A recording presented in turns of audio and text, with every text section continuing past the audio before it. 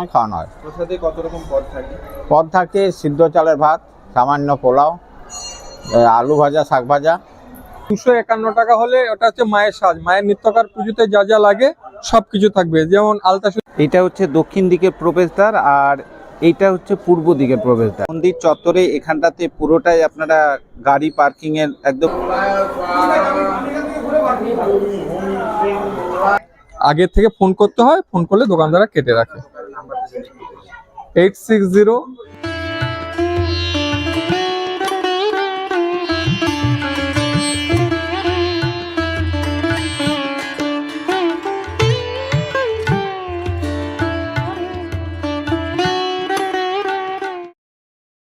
Good morning, সুপ্রভাত। আজ সকাল সকাল বেরিয়ে গিয়েছি আপনাদের একটা নতুন ভিডিও উপহার দেবো বলে। আমি এই মুহূর্তে রয়েছি দুর্গাপুর স্টেশনে, আর আজকে আমার গন্তব্যস্থল হচ্ছে বর্ধমান, যেখানে গিয়ে আমি আপনাদের দেখাবো 300 বছরেরও অধিক অবিভক্ত বাংলার যে নবরত্ন মন্দির, সেই মন্দির, তার সাথে 1000 বছরেরও বেশি প্রাচীন বিগ্রহ, আর তুলে ধরবো সেই মন্দিরের সমস্ত ইতিহাস। দেখবেন আপনাদের বেশ ভালো লাগবে। আর চলুন তাহলে আজকের ভিডিওটা এখান থেকে শুরু করি।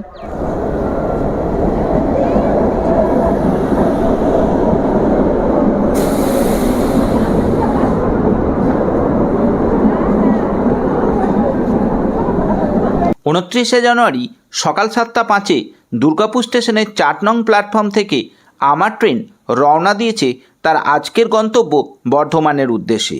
আজকে আমার গল্পের কেন্দ্রীয় চরিত্রে থাকছে বর্ধমানের 300 বছরে অধিক জাগ্রত অবিভক্ত বাংলার প্রথম নবরত্ন মন্দির দেবী সর্বমঙ্গলা মন্দিরকে নিয়ে। আর গল্পের ভূমিকায় থাকছে আমি কিভাবে বর্ধমান স্টেশনে নেমে মন্দির পৌঁছালাম, ওখান থেকে টোটো ভাড়া আমার কত নিল, পুজো কিভাবে দিলাম, আপনারা যারা দূর থেকে আসবেন ভোগ প্রসাদ কীভাবে পাবেন, এমনই সব টুকরো টুকরো অভিজ্ঞতাকে গল্পের আকারে রূপ দিতেই আজকে আমার এই ভূমিকার সূত্রপাত। প্রত্যেকটা গল্পের মধ্যেই আমি শুধু ইনফরমেশন দিয়ে থাকি তাই নয়, আমার এই ভিডিওর মাধ্যমে লুকিয়ে থাকে মিষ্টি মধুর অভিজ্ঞতা, যা আপনাদের বেশ ভালোই লাগবে, এ আমি হলপ করে বলতে পারি। ট্রেনের সিট পেয়ে গিয়েছি, আর মোটামুটি 7:02 টাইম ছিল। 7:05 ছাড়লেও 1 ঘন্টা 10-15 মিনিট সময় লাগবে। মোটামুটি ফাঁকাই রয়েছে ট্রেন। তো চলুন এরপরে বর্ধমান স্টেশনে নেমে বাকিটা আপনাদের সাথে কথা হচ্ছে। এই হলো বর্ধমান স্টেশন, আর এই বর্ধমান স্টেশনের ঠিক বাইরে এই জায়গাটাতে পেয়ে যাবেন টোটো স্ট্যান্ড। এখান থেকে আপনারা মন্দিরে যাওয়ার টোটো পেয়ে যাবেন। আর এই 1 নম্বর প্ল্যাটফর্ম দিয়ে যখন বাইরে বেরোবেন তখন এইটা দিয়ে আপনারা বাইরে বেরোবেন। এটা বেরিয়ে ঠিক এই যে এখানটায় টোটো স্ট্যান্ড, এখান থেকে টোটো পেয়ে যাবেন। তো স্টেশন থেকে আপনারা টোটো পেয়ে যাবেন। স্টেশনের বাইরে রয়েছে সর্বমঙ্গলা মন্দির। যেতে আপনাদের 20 টাকা করে ভাড়া লাগবে। ওই 250 কিলোমিটার রাস্তা, 10-15 মিনিট সময় লাগবে। রাস্তাটা যদি জ্যাম খুব বেশি না থাকে 10-15 মিনিট সময় লাগবে। টোটো আমাকে পূর্ব দিকের প্রবেশদ্বারের সামনে নামিয়ে দিল। প্রবেশদ্বারের বাইরে রয়েছে পুজো দেওয়ার সামগ্রী কেনার বিভিন্ন দশকর্মা ভাণ্ডার। এটা হচ্ছে দক্ষিণ দিকের প্রবেশদ্বার, আর এইটা হচ্ছে পূর্ব দিকের প্রবেশদ্বার। এখন আপাতত দুটো গেটই খোলা রয়েছে, টোটাল 4টে গেট রয়েছে। তবে আমি বলবো আপনারা এই যে দক্ষিণ দিকের যে প্রবেশদ্বার রয়েছে এইটা দিয়ে প্রবেশ করুন। এটা বাইরে এরকম পুজো দেওয়ার দোকান রয়েছে, এখান থেকে আপনারা পুজো দেওয়ার সামগ্রী কিনতে পারবেন। আমি এখন দক্ষিণ প্রান্তে রয়েছি, মানে দক্ষিণ দ্বারে রয়েছি। এটা আপনার গেট নাম্বার 2। এখান থেকে এই যে বিভিন্ন পুজো দেওয়ার দোকান ডালি রয়েছে। এই প্রসাদের ডালা এটা মনে করেন এই মুহূর্তে খালি আছে, ঠিক আছে। এটাকে আপনি 251 করতে পারবেন, 201 করতে পারবেন, 151 করতে পারবেন, ঠিক আছে। যেরকম মিষ্টি দেওয়া হবে এতে থাকবে আপনার 251 টাকা হলে ওটা হচ্ছে মায়ের সাজ, মায়ের নিত্যকার পুজোতে যা যা লাগে সবকিছু থাকবে। যেমন আলতা সিঁদুর থাকবে, চাঁদ মালা থাকবে, শাঁখা নোয়া থাকবে, জবার মালা থাকবে, ধূপ, মোম, ফুল, বেলপাতা, 11 পিস সন্দেশ। এটা হচ্ছে 251 টাকা। তারপর যার যেরকম ইচ্ছে 21 টাকাও ডালা আছে, 51 টাকাও আছে, 101 টাকাও আছে, যার যেরকম সামর্থ্য অনুযায়ী। সব থেকে কম হচ্ছে 21 টাকা। হ্যাঁ, 21-এর মধ্যে ওই মন্ডা মিষ্টি, একটু এই কমা টাইপের মিষ্টি আছে, চিনি বেশি, ওই 5টা মিষ্টি আর 2টো জবা ফুল, 2টো লুজ ধূপ ওই থাকে। এদের কুপনের ব্যবস্থা হচ্ছে, দেখুন এখানে 300 10:30 অবধি 300 কুপন, রোজ ভোগ খাওয়ার জন্য 300 কুপন দেয়। আগে আসার ভিত্তিতে দেওয়া হয়, যখন কোনো ওকেশন থাকে তখন পার হেড 2টোর বেশি কুপন দেবে না। এখানে ব্ল্যাকে কোনো কুপন হয় না যে আপনি বেশি টাকা দিয়ে কুপন পেয়ে যাবেন। হ্যাঁ, আপনি যদি দোকানদারদের বাইরে থেকে আসেন তাহলে আপনি 10:30টার মধ্যে ঢুকতে না পারলে বাইরে থেকে আসলে দোকানদারদের ফোন নাম্বার আছে, যে কোনো দোকানদারের ফোন নাম্বার নিলে দোকানদাররা কেটে রাখে ওদের নিজের স্বার্থটা কিরকম, যে ও যদি 100 টাকা পুজো দেয় দোকানদারের 10 টাকাও লাভ হবে, সেই মতো ওরা কেটে রাখে আর কি। আগে থেকে ফোন করতে হয়, ফোন করলে দোকানদাররা কেটে রাখে। 8609190934 রাজলক্ষ্মী সুইটস। দক্ষিণ দিক দিয়ে প্রবেশ করে সামনে 4 চাকা ও 2 চাকা রাখার সুন্দর ব্যবস্থা। এখানে পার্কিংয়ের কোনো মূল্য দিতে হয় না। এই মন্দিরে মোট 5টি শিব মন্দির আছে।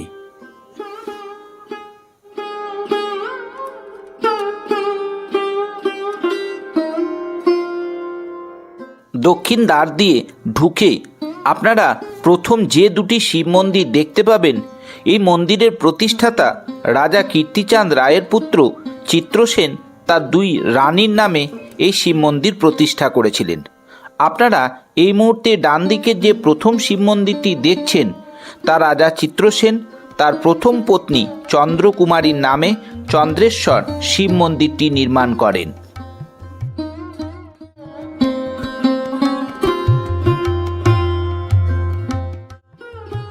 বাম দিকের শিব মন্দিরটি তার দ্বিতীয় পত্নী ইন্দ্রকুমারীর নামে নির্মাণ করেন ইন্দ্রেশ্বর শিব মন্দির।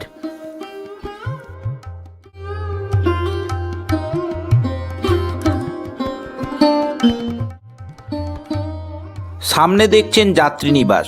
এখানে আপনারা আগে থেকে স্ক্রিনে দেওয়া নাম্বারে যোগাযোগ করে বুক করতে পারবেন। সিঙ্গেল বেডরুম ভাড়া পড়বে 500 টাকা, ডবল বেডরুম 700 টাকা। আসার আগে অবশ্যই ফোন করে ঘর বুকিং ও ভাড়া জেনে নিতে ভুলবেন না।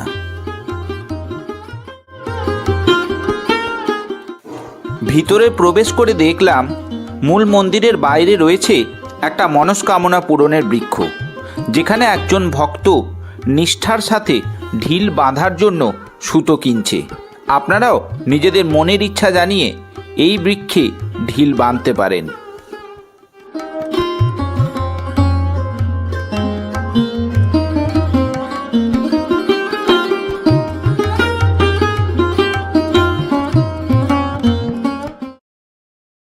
মায়ের মন্দির এই জায়গাটাতে, আর ঠিক তার বাম পাশে এই দিকটাতে অফিস পড়ছে।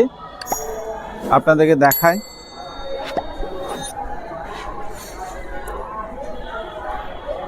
এই হলো অফিস ঘর। আর এখান থেকে আপনারা ভোগ প্রসাদের জন্য কুপন সংগ্রহ করতে পারবেন সকাল 10:30। প্রসাদ পেতে হলে এইখানে চলে আসতে হবে 10:30টার আগে। তার আগের দিন 10:30টার পর থেকে দেওয়া হয়। 10:30টার পর থেকে 1:45টা, সেই দিনটি 10:30টার সময় আসবেন। 10:30টার মধ্যে আসতে হবে। যদি কুপন শেষ হয়ে যায় তাহলে আর পাবেন না। আচ্ছা, কতজন মোটামুটি? মোটামুটি বসে খাওয়া 300 জন, 100 জন নিয়ে যাওয়া। 100 জন নিয়ে যাওয়া, মানে বসে পার্সেল করেও মানুষ নিয়ে যেতে পারে। হ্যাঁ, বসে খাওয়া 50 টাকা, নিয়ে যাওয়া 60 টাকা। আচ্ছা আচ্ছা, ঠিক আছে। এখানে এসেই তাহলে স্পট বুকিং করতে হবে। হ্যাঁ, স্পট বুকিং করতে হবে। কটা থেকে খাওয়ানো দাওয়ানো শুরু হয়? খাওয়ানো 1টার থেকে আরম্ভ হয়। 1টা থেকে। 1:45টার মধ্যে মন্দিরে চলে আসতে হয়। 1টার সময় খাওয়ানো হয়। প্রসাদে কত রকম পদ থাকে? পদ থাকে সিদ্ধ চালের ভাত, সামান্য পোলাও, আলু ভাজা, শাক ভাজা, তারপরে আপনার 2টো সবজি আর ডাল, পোলাও আর প্রতিদিন কি একই থাকে? চাটনি, পায়েস। প্রতিদিন কি একই থাকে না একই, সবজিগুলো চেঞ্জ হয়ে। চেঞ্জ হয়? ঢুকেই বাম দিকে পরপর 3টে শিব মন্দির, ডান দিকে পুরনো নাট মন্দির ও দালান, আর তারপরেই নবরত্ন খচিত 300 বছরের অধিক পুরাতন মন্দির ও দক্ষিণমুখী মায়ের গর্ভগৃহ। তার ঠিক পাশেই নবনির্মিত নাট মন্দির। পুরো মন্দির চত্বর এত সুন্দর সুসজ্জিত যা দেখলে মন জুড়িয়ে যায়।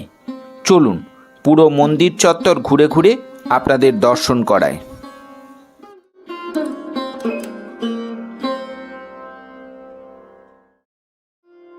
শিব মন্দির ও নাট মন্দিরের মাঝে রয়েছে প্রাচীন হাড়িকাঠ, তবে মন্দিরে কোনো পশু বলি হয় না।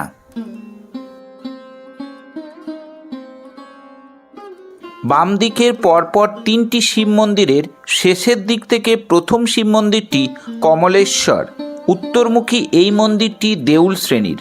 মন্দিরের গায়ে টেরাকোটার কাজ আর গর্ভগৃহে সাদা পাথরের শিবলিঙ্গ কমলেশ্বর নামে পূজিত হয়।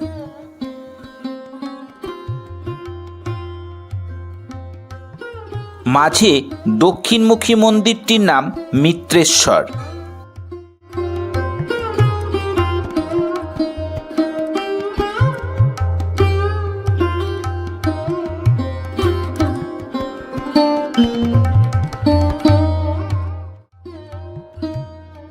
মন্দিরটির গর্ভগৃহে কালো পাথরের শিবলিঙ্গ নিত্য পূজিত হয়।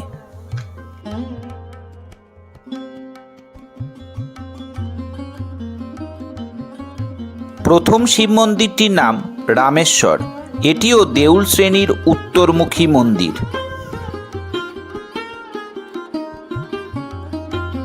গর্ভগৃহে সাদা পাথরের শিবলিঙ্গ নিত্য পূজিত। তিনটি শিব মন্দিরের ঠিক উল্টো দিকে প্রাচীন নাট মন্দিরটি। শ্বেত পাথরে মোড়া সুসজ্জিত এই নাট মন্দির। নাট মন্দিরের গায়ে মন্দির প্রতিষ্ঠার ইতিহাস চিত্রাঙ্কনের মাধ্যমে খুব সুন্দরভাবে ফুটিয়ে তোলা হয়েছে।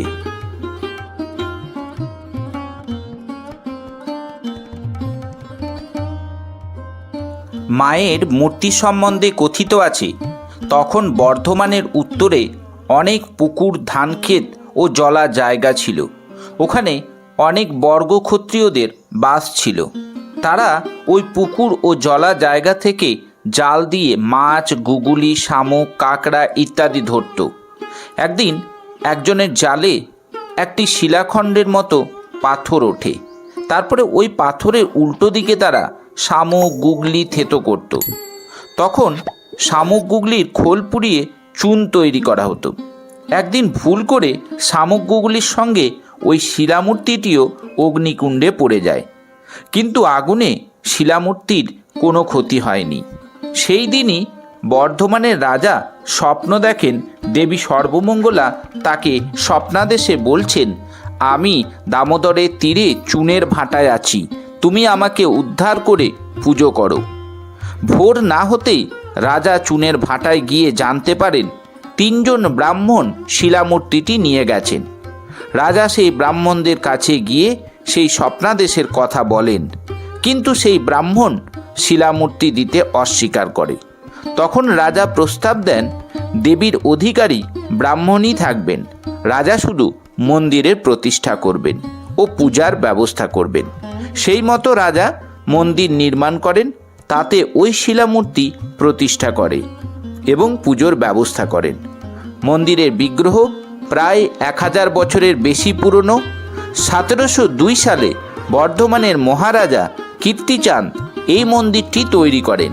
মা এখানে দক্ষিণমুখী, কোষ্ঠী পাথরে খোদিত দেবী, অষ্টদশভুজা। মূর্তির পদতলে রয়েছে মহিষ ও মর্দিনী মূর্তি এখানে সর্বমঙ্গলা নামেই পূজিত হন।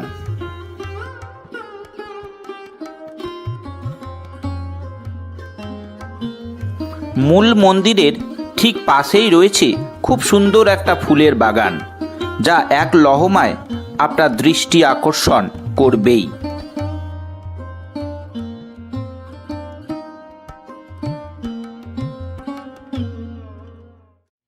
আশা করছি আজকের এই বিশেষ পর্ব প্রতিবেদন আপনাদের বেশ ভালো লেগেছে। যদি ভালো লেগে থাকে, যদি ইনফরমেটিভ মনে হয়ে থাকে, অবশ্যই ভিডিওটাতে একটা লাইক করবেন। আর অবশ্যই কিন্তু কমেন্ট করে আপনাদের মূল্যবান মতামত জানাতে ভুলবেন না। আর এই ধরনের ভিডিও পেতে অবশ্যই চ্যানেলটাকে সাবস্ক্রাইব করে আমার পাশে থাকবেন। দেখা হচ্ছে অন্য কোনো একটা নতুন পর্ব নিয়ে খুব শীঘ্রই। ততক্ষণের জন্য সকলেই বেশ ভালো থাকবেন, সুস্থ থাকবেন। চলুন এবারে আপনাদেরকে জানিয়ে দিই এই মন্দিরে আপনারা কিভাবে খুব সহজেই আসবেন। আমরা যারা হাওড়া থেকে আসবো তারা মেন লাইন বা কড লাইন ধরে 2 ঘন্টা সময়ের মধ্যে আমরা বর্ধমান স্টেশনে এসে পৌঁছাতে পারবো। বর্ধমানে 1 নম্বর প্ল্যাটফর্ম থেকে বাইরে বেরোবো, বাইরে বেরিয়ে ওখান থেকে টোটো পেয়ে যাব। টোটো ভাড়া নেবে আপনার 20 থেকে 25 টাকা করে। যদি আপনারা সামনে থেকে টোটো না পান, ওভারব্রিজের নিচে আসবেন, ওখান থেকে আপনারা টোটো পেয়ে যাবেন। যারা দুর্গাপুর থেকে বা আসানসোল থেকে আসবেন তারা দুর্গাপুর বা আসানসোল যে মেমো লোকালগুলো রয়েছে সেগুলোতে করেও আপনারা বর্ধমান স্টেশনে চলে আসতে পারবেন। যদি আপনারা আসানসোল থেকে আসেন 1 ঘন্টা 45 মিনিট মতো সময় লাগবে, আর যদি দুর্গাপুর থেকে আসছেন 1 ঘন্টা মতো সময় লাগবে। ভাড়া পড়বে আপনার দুর্গাপুর স্টেশন থেকে যদি আসেন 20 টাকা, আর আসানসোল থেকে আসলে 25 টাকা সম্ভবত ভাড়া পড়বে আপনার। আর আপনারা সহজেই ওই বর্ধমান স্টেশনে 6 নম্বর প্ল্যাটফর্মে আপনাদেরকে ট্রেন এসে দাঁড় করাবে। আপনারা ফুট ওভার ব্রিজ দিয়ে উপরের দিকে উঠবেন, উঠে 1 নম্বর প্ল্যাটফর্মের বাইরে আসবেন, অটো টোটো স্ট্যান্ড রয়েছে, ওখান থেকে আপনারা সরাসরি সর্বমঙ্গলা মায়ের মন্দিরে চলে আসতে পারবেন।